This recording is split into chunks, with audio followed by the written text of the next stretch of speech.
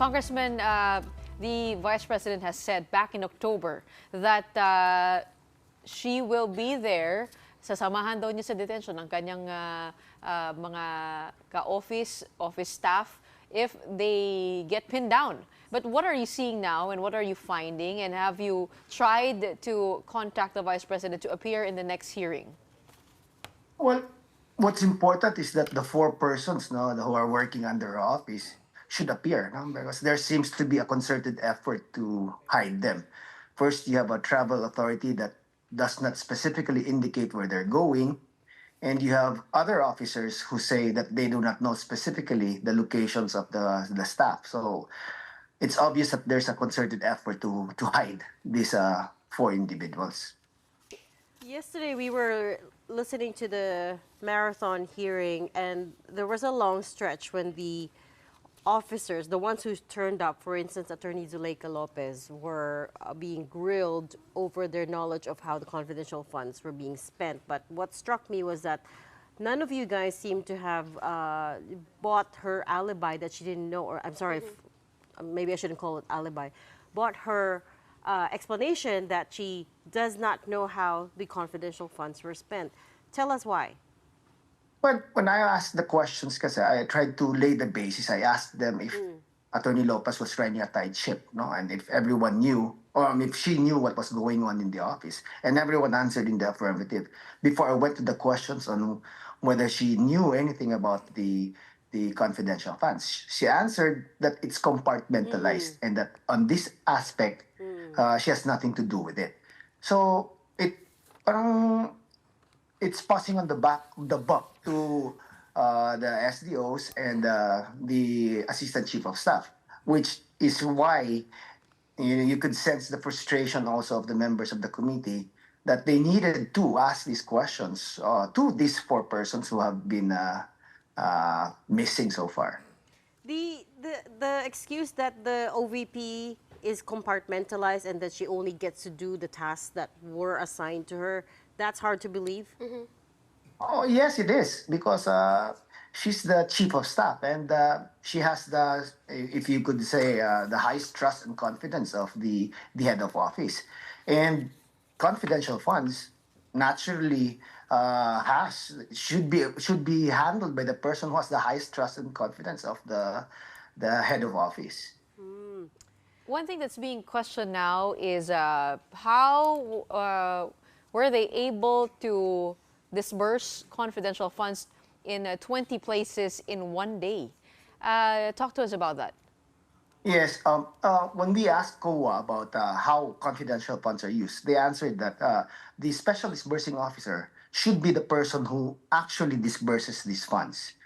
So if there's only one special disbursing officer for the office of the Vice President, how could he have physically disbursed these funds in 26 different places in the entire Philippines? That's where the questions of some of the members of the committee were. Now, it's physically impossible to be in all 26 places in one day. Hindi ba po pwedeng digital yun? Kailangan physical talaga. Sent to all. Well, Sent to if it was deposited, then how could they have signed the acknowledgement receipts? Congressman, what we get from Vice President Sara every time she's asked is she has no knowledge, so and so. What would it take, you think, to have her say a little more, or just keep on saying she doesn't know anything about it? Well, I mean, it's fine with me if she really doesn't know anything about it. Just present the persons who know something about it. And Roselyn Sanchez, the OVP Director for Admin and Financial Services, has named 3 people who have knowledge over the confidential funds, one of which is the Chief of Staff, Zakea Lopez, also Gina Acosta, and the Vice President herself. Did she say the same thing in the hearing? Meron na ba siyang sinabi na kung sino ba talaga ang nakakaalam? Attorney Lopez, on the other hand, says that it's only the Assistant Chief of Staff, Ortonio, and Gina Acosta, the Special Disbursement Officer, who has knowledge. And I asked Attorney Lopez kung saan nagre-report itong mga Assistant Chief of Staff niya. And she said that they don't report to her about the confidential funds, so they must be reporting to the Vice President. So if we take that together, then there should only be 3 persons who know about the disbursements of the confidential funds. That's Gina Costa, the Special Disbursement Officer, that Assistant Chief of Staff Ortonio, and the Vice President herself. At the same time, though, the crux of the problem is the questionable acknowledgement receipts, right? Before you guys dug up si Mary Grace Piatos, which we can't say with a straight face to this day, and then now there's Cocoy Villamin with the signatures that are, the signatures say the same name, but the strokes were very different. Obviously different. Right. And these are across 4,000, is that right? 4,000 acknowledgement receipts that you guys poured through? I don't know the exact number, but there were a lot. And another thing that you should that's important is that this Cocoy Villamin guy appeared in the acknowledgement receipts for the Office of the Vice President and that of the confidential funds for the Department of Education. So yung acknowledgement receipts, so they're problematic. And you're doing all these hearings in aid of legislation, right? We're getting also the sense that should COA not have had a bigger hand in this? It feels a little bit like their role is becoming just administrative, more ministerial than anything. Should they have accepted those acknowledgement receipts in the first place? This should be the outcome of this hearing. That we will be able to make a new law regarding the use of the confidential fund.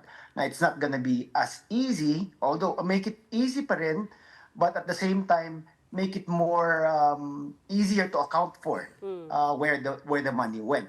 Because I'm saying it should be easy pa rin because the person disbursing it should have the leeway to use it because it's confidential in nature. But at the same time, the accountability part should also be securely established para hindi naman mahirapan yung COA to go after the persons who misuse the said fund. There's a report that says that millions of confidential funds were taken out of Land Bank via duffel bags. What is the process? Ganun po ba talagang kailangan in cash? Kailangan ba lahat-lahat sabay-sabay? Because if you take a look at the whole process, parang it's a little bit dubious. Pangalawa, is it that easy to take out money without justification or auditing or checks and balances? What kind of checks and balances should be or could be in place? I mean, taking a look at the whole process of it, bakit ganun kabilis at ganun kadali? From the testimony of the Land Bank representative, it was they took it out using 4 duffel bags, yung 125 million. And ang issues kasi dito is that there's only one special disbursing officer. Kung ganun kalaki yung fund po na gagamitin nyo for confidential fund, and it's going to be dispersed to different places, to different people, then it's best to have several special disbursing officers para hindi lang all lumped into one person. In fact, when we questioned Attorney Sanchez about it, where the money was placed, it's parang questionable nga din if it was placed in the office, if it was taken somewhere else. Kasi they said that they didn't have a safe that's big enough to contain that 125 million in the office. So you just won't keep 125 million laying around in the office in a drawer or something, diba? Parang there should be a more established siguro protocols, no, on how and where to use this money. Kasi nga it's open to abuse. Yeah. And then just very quickly, Congressman, we have about 30 seconds. Could I just have you react to Vice President Sara saying this is all political persecution?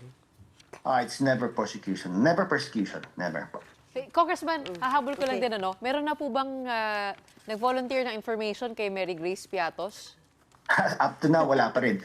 Wala pa rin, okay. We'll ask for more updates on that in the next opportunity that we have. But in the meantime, thank you so much for joining us on The Big Story tonight, Congressman Jonathan Keith Flores.